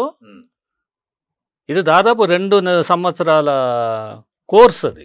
అలాంటి దాన్ని నెలలో నేర్పాడు మా అబ్బాయికి. దాన్ని ఎలా 3D చేయాలో నేర్పాడు, దాన్ని ఎలా ప్రింట్ చేయాలో నేర్పాడు. ఇప్పుడు ఆ విధంగా తర్వాత ఎస్పెషలీ మా అబ్బాయికి మళ్ళీ బెంగళూరులో ఆ సంవత్సరం కోర్సు ఇప్పించి మళ్ళీ సర్టిఫైడ్ కోర్సు తీసుకొని ఉత్తీర్ణత పొందాడు అందులో. ఇప్పుడు మనం ఏ యంత్రమైనా, మీకు గణపతి యంత్రం కావాలన్నా, దుర్గా యంత్రం కావాలన్నా, వారాహి కావాలన్నా, శ్యామ, కాళీ, దత్తాత్రేయ, గురు యంత్రం, సర్వ యంత్రాలు కూడా మేము కంప్యూటర్లో 3D చేసి దాన్ని లేజర్ ప్రింట్ చేసి దానికి సంబంధించిన ఫోటోలు కూడా మేము మీకు అందజేస్తాం. అంటే ఈ యంత్రం తయారు చేసేటప్పుడు వాటి మెజర్మెంట్స్ ఉంటాయంటారు కదా, 2x2, 3x3 రకరకాలుగా చెప్తారు. టోటల్గా జామెట్రికల్ డిజైన్. ఓకే. దీనికి కొలతలు లేదు, శ్రీచక్రానికి కొలతలు రాదు. అంటే ఏ కోణము ఇంకో కోణంలో నుండి ఇంకో కోణం అలా కలుస్తూనే వెళ్ళాలి తప్పితే దీనికి కొలతలు లేవు. అంటే కాంప్లికేటెడ్, చాలా కాంప్లికేటెడ్. ఓకే. చాలా చోట్ల దొరుకుతూ ఉంటాయి కదా శ్రీచక్రం మేరు యంత్రం అని చెప్పి. లేదండి, అది ఆన్లైన్లో ఆర్డర్ మీరు కరెక్ట్గా దాని ఒక చిన్న టెస్టింగ్ ఏమంటే పై నుండి ఒక ఫోటో తీయండి. ఓకే. అది మీరు పేపర్ మీద యంత్రం లాగా ఉందా లేదో ఒకసారి చూసుకోండి. అక్కడ మీకు 90% అర్థమైపోతుంది అందులో ఏముంది ఏమి లేదు. అంటే అలా ఉండదంటారా? ఖచ్చితంగా ఉండదు. అస్సలు దాంట్లో మీకు 30% కూడా క్వాలిటీ ఉండదు. అలాంటి వాళ్ళని తీసుకొస్తే శ్రీచక్రం మేరు ఎంత గొప్పదో, తప్పులు ఉంటే అంత ప్రమాదకరం కూడా. అది కూడా ఉంటుంది. అమ్మో, తప్పులుంటే మాత్రం ఫలితం కాదు కదా, మన కష్టాలే వస్తాయి. అందుకని జాగ్రత్తగా సరైనటువంటి మేరు ఎక్కడ దొరుకుతుంది దాన్ని చూసి తెచ్చుకోండి. అది ఎలా తెలుస్తుంది సరైన యంత్రము అని? అదే ఇప్పుడు మీలాంటి వారు, మనకు కొన్ని ఛానల్స్ ఉన్నాయి, వాళ్ళని అడగండి, వెళ్ళండి, మీరు పరీక్షించండి, వివరాలు కనుక్కోండి. రైట్. ఇప్పుడు ఈ వీడియో చూసి తెచ్చుకోవచ్చు. అదే ఈ వీడియో చూసి కూడా రెస్పాండ్ అయ్యే వాళ్ళు ఉంటే, మీరు అమ్మని ఇంటికి తెచ్చుకునేటప్పుడు, ఇప్పుడు మీరు మీ అబ్బాయికి ఒక అమ్మాయిని తీసుకురావాలంటే 10 రకాలుగా ఆలోచించి 10 రకాలుగా వివరాలు కనుక్కొని తీసుకొని వచ్చి పెళ్లి చేసి కాపురం పెట్టించినప్పుడు, ఒక దేవతని కొన్ని వేల సంవత్సరాలు ఉండేటువంటి దేవతను తీసుకొచ్చాడు, మనం ఎన్ని ఆలోచించాలి చెప్పండి. ఆత్రపడి ఏది పడితే తీసుకురాకుండా జాగ్రత్తగా ఆలోచించి సరైనటువంటి ఎంచుకొని తీసుకురండి. అప్పుడు మీకు అది మీకు లాభం చేయకపోయినా నష్టం చేయకుండా ఉండేటట్టు చూసుకోండి. అండ్ మెటీరియల్ కూడా అంటే చాలా మంది బయట కొంటూ ఉంటారు, ఎటువంటి మెటీరియల్ ప్లాస్టిక్వి కొంటారు లేకపోతే రకరకాలుగా ఉంటారు, అట్లా కాకుండా సార్ ఇక్కడ మెటీరియల్లో వచ్చి గన్ మెటల్ ఎక్కువ యూస్ చేస్తారు. అంటే ఇప్పుడు మనకు ఈ జ్యోతులు, ఈ కామాక్షి ద్వీపాలు, గంటలు, ఈ మిషనరీకి వచ్చే బుష్షులు, కొన్ని ఇత్తడి వస్తువులు ఉంటాయి మిషనరీస్లో, వాటిని అంతా కరిగించి మేరులు చేస్తుంటారు. అది మెటల్ కాదండి, తప్పది, అలాంటి వాడొద్దు. ఇక్కడ మెయిన్ మనకు లోహాలు ఏమంటే రాగి, కంచు, బంగారం, వెండి, తగరమని, ఇవి పంచలోహాలు. ఇవి ఏదేది ఎన్ని పాళ్ళల్లో వేయాలన్నది వేసి అది పంచలోహాలతో, అంటే పంచలోహాలని ఎందుకంటామంటే ఈ పాంచభౌతికం శరీరం పంచభూతాలతో ఉన్నటువంటి నిర్మాణం. ఈ పంచభూతాలతో ఉన్నటువంటి దానికి ఆ పంచలోహాలకి సంబంధం ఉంది. మనం ఆ పూజించినప్పుడు ఆయా భూతం మనకు తెలియకుండానే లింక్ అవుతూ ఉంటుంది. ఏ లోహం ఎక్కువ ఉంటే దానికి సంబంధించినటువంటి అంగం మనలో బ్రహ్మాండంగా ఉంటుంది. ఆ పూజా ఫలితం, ఆ మంత్రశక్తి మనలో ప్రవేశిస్తుంది. ఉంది. ఇప్పుడు ఈ పంచలోహాలకు ఫార్ములా ఉంది, దానికి అర్థము ఉంది. మన శరీరానికి పంచలోహాలకి చాలా దగ్గర సంబంధం. సో ఎక్కువ కాస్ట్లీ అయిపోతుంది కదా, చిన్నదే పెద్ద తక్కువే చేసుకోండి. మీరు బంగారు ఎక్కువ రేట్ ఎక్కువ కాబట్టి దాన్ని తక్కువ పర్సెంటేజ్ చేసుకోండి. ఓకే. ఇప్పుడు నాకు తెలిసి మన హైదరాబాద్లో మొన్న ఒక ముగ్గురికి చేసి ఇచ్చాం. ఓకే. వాళ్ళు 10 గ్రాములు ఒక యంత్రానికి చొప్పున ₹1,00,000 ఇదే మేరు ₹1,00,000 ఇచ్చి చేయించుకున్నారు. వాళ్ళ స్తోమత అలాగుంది. కానీ మీ స్తోమతను బట్టి తక్కువ చేసుకోండి. అదే అంటే ఇప్పుడు మీ ఇంట్లో కేజీ బంగారు ఉందంటే మీకు ₹1,00,00,000 ఇట్లా ఉన్నట్టు. మళ్ళీ మాకు కేజీ వద్దండి, 1 గ్రాము చాలంటే 10,000 ఉంటుంది మీ ఇంట్లో. కాకపోతే మాత్రం దానికి తగిన ఫలితం ఉంటుంది. మళ్ళీ అంటే నువ్వు బంగారం తక్కువ వాడావు కాబట్టి ఫలితం తక్కువ ఉంటుంది అని కాదు. ఓకే. అంటే దానికి తగినటువంటి వాల్యూనే వస్తుంది కదా, ఎవరైనా వాల్యూ కడతారు. అంటే ఫలితాన్ని బట్టి, మెటీరియల్ని బట్టి ఫలితం కాదు, సాధన బట్టి ఫలితం పెరుగుతుంది. అంటే పంచలోహాలు అనేది వాళ్ళు గొప్పతనం కాబట్టి వాళ్ళు గొప్పగా వేసుకుంటారు, తక్కువ ఉన్న వాళ్ళు తక్కువగానే చేసుకుంటారు. అది తప్పేం కాదు. అంటే 5 లోహాలు ఉండడమే ధర్మం. ఓకే. 5 ఉంటేనే మనకు అది పూజకి పనికొస్తుంది. కానీ మార్కెట్లో దొరికే వాటిలో ఇవేమీ ఉండవు. ఒకే ఒక లోహంతో చేస్తారు. అండ్ మీరు అన్న కోణాలు కూడా అన్ని కోణాలు రావు మార్కెట్లో చేసేది. లేదండి, ఆ ఫోటో తప్పకుండా రాదు. ఫోటో తీస్తే అక్కడ ఇది చాలా కాంప్లికేటెడ్. ఒక కోణాలని చిత్రీకరించడం అంత సులువు కాదు. సో మీరు ఎంతకాలం నుంచి చేస్తున్నారు ఈ యంత్రాలను? నేను 35 సంవత్సరాలుగా చేస్తానండి. వంశపారంపర్యంగా వస్తుంది?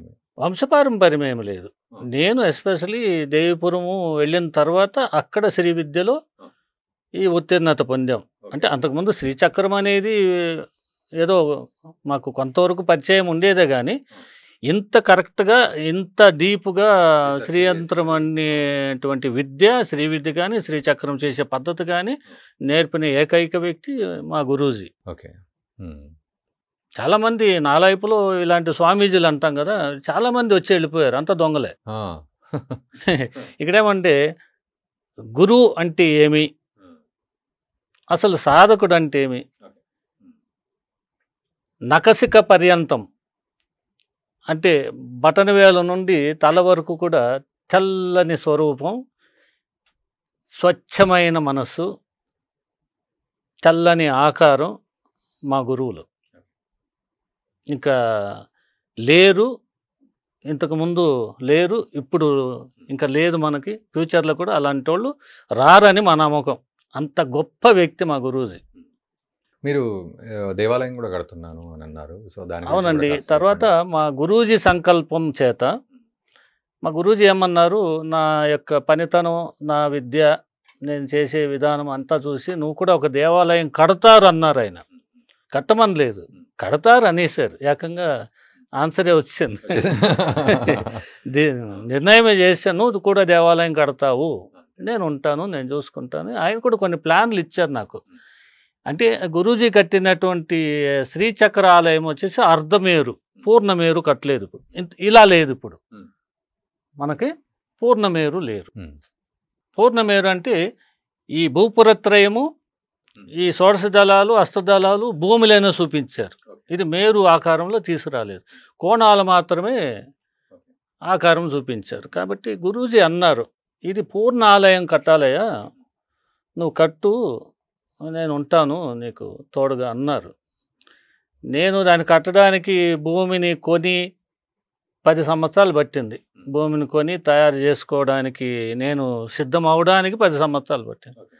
ఆ సరికి మా గురూజీ భౌతికంగా మాకు దూరమయ్యారు. ఇప్పుడు నేను ఒంటరివాడిని అయిపోయాను. ఇంకా శ్రీచక్ర ఆలయం కట్టే స్తోమత లేక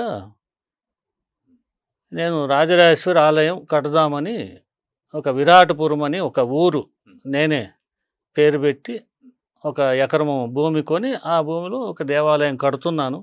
6 సంవత్సరాలుగా ఒక్కడనే పోరాడుతున్నాను. నాకు ఎవరు తోడు లేదు, ఏమాత్రం సపోర్ట్ లేదు. నేను సంపాదించిన ప్రతి రూపాయి కూడా అమ్మవారికే, దేవాలయానికి, అమ్మవారి సేవకే వినియోగిస్తున్నాను. అమ్మ ఏ దారి చూపిస్తుందో దానికి నేను బద్ధుడై ఉంటాను. తప్పకుండా దారి దొరుకుతుంది తప్పకుండా. అంత పెద్ద అంటే నా యొక్క స్టేజ్కి, నా లెవెల్కి, నా అర్హతకి అంత పెద్ద ప్రాజెక్ట్ చేస్తాను నేను జన్మలో అనుకోలేదు. అంటే మీరు స్టార్టింగ్ లో అన్నారు కదా, అంటే మనము అమ్మవారిని పట్టుకోవడం కదా, అమ్మవారే మనల్ని పట్టుకుంటే అన్ని చేస్తారు. అదే గురూజీ అన్నారు, నువ్వు చేస్తావని. అందుకే అన్నారు ఆయన, నువ్వు చేస్తావంటే అమ్మ నేను పట్టుకుందని ఆయన ఉద్దేశం ఆయనకు తెలిసి ఉంటుంది. అందుకే ఆ మాట అన్నారు ఆయన.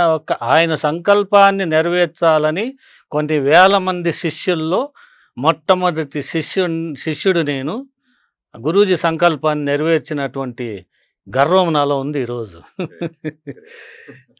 ఆయన చెప్పారు 108 దేవాలయాలు కట్టాలయ్యా ప్రపంచంలో అమ్మవారికి అన్నారు. ఇది మన దేవిపురం అనుసంధానం చేసుకుని 108 దేవాలయాలు కట్టాలంటే అది మొట్టమొదట నేను కట్టానండి. అది నా గర్వకారణం. గోపాలాచారి గారు చాలా అద్భుతంగా చెప్పారు. అంటే శ్రీచక్ర మేరు యంత్రం గురించి చాలా అద్భుతంగా చెప్పారు. అందులో అంటే దేంతో తయారు చేయాలి, ఎలా తయారు చేస్తారు, ఎలాంటి యంత్రాన్ని గనక ఇంట్లో పెట్టుకొని పూజిస్తే అఖండ ఐశ్వర్యాలు కలుగుతాయి, ఆయురారోగ్యాలు కలుగుతాయి, ఇవన్నీ చెప్పారు మా వ్యూవర్స్కి.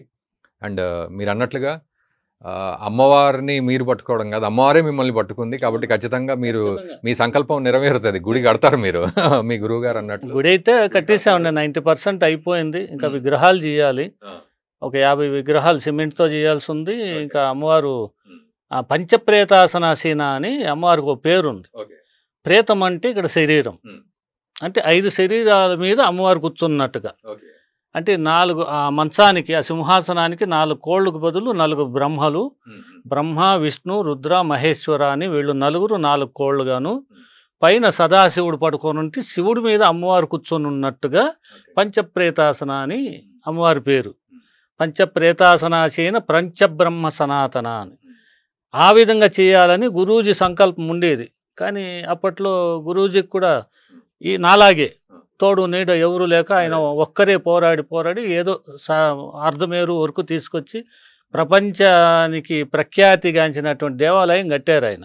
బట్ కొంత సమయం పడుతుంది కానీ కంపల్సరీ అవుతుంది అనేది నాకు కూడా అనిపిస్తుంది. అంటే ఇప్పుడు నేను పంచప్రేతాసన చేయాలని చేస్తున్నాను మొత్తానికి. అదేవిధంగా ఆ శివుడి మీదే అమ్మవారు కూర్చోబెట్టాలనే సంకల్పం నాలో దృఢంగా ఉంది. అవుతుంది, విగ్రహం అవుతుంది. ఇంకా పోతే ఇంకా మిగతా విగ్రహాలు కూడా మిగతా విగ్రహాలు కానీ ఇతరతర పనులకు అన్నిటికీ కూడా ఇంకా మనకు 1 కోటి రూపాయల దాకా అవసరం ఉంది. ప్రతిష్ఠకి అన్నిటికీ కలిపితే చేసి అక్కడ గురుకులం కూడా ఒకటి స్థాపన చేద్దామని, మన యొక్క హిందూ యొక్క ధర్మాలు ఏమున్నాయో, సాంప్రదాయాలు ఏమున్నాయో, జ్యోతిష్యం కూడా, మన కళలన్నీ కూడా నేర్పాలని నాకు ఒక కోరిక ఉంది. దీనికి మహాత్ములు ఎవరైనా తోడ్పడి నడిపిస్తే అద్భుతం, నడిపించవచ్చు. అమ్మ యొక్క ఆశీర్వాదంతో ఎవరైనా ముందుకు రావచ్చు. అందరికీ కూడా మనస్ఫూర్తిగా ఆవాహన పలుకుతున్నా. రండి, చెయ్యండి, ఫలితం అందరికీ ఉంటుంది. ఇక్కడ నాకు ఈ అవకాశం ఇచ్చిన ఆంధ్రప్రభ టీవీ ఛానల్ వారికి నా ధన్యవాదాలు. సర్వే జన సుఖినో భవంతు. మీ సంకల్పం నెరవేరాలని మేము కూడా మనస్ఫూర్తిగా కోరుకుంటున్నాం ఆంధ్రప్రభ నుంచి. సో తప్పకుండా నెరవేరుతుందని కూడా మేము ఆశిస్తున్నాం. ఇంకా మేము కూడా కోరుకోవడం ఏం కాదు, అది నెరవేరుతుందనే అఫర్మేషన్ కూడా ఇస్తున్నాం. అంతేనండి. 10గురు ఆడు మాట పాటి అయి దరజల్లు అని 10 మంది మంచి పలికితే అది ఫలిస్తుంది. అది ఆర్డర్. ఆ. 10 మంది ఇలాగే జరుగుతుందంటే అది అలాగే జరగాలి. ధన్యవాదాలండి. సంతోషం. నమస్తే.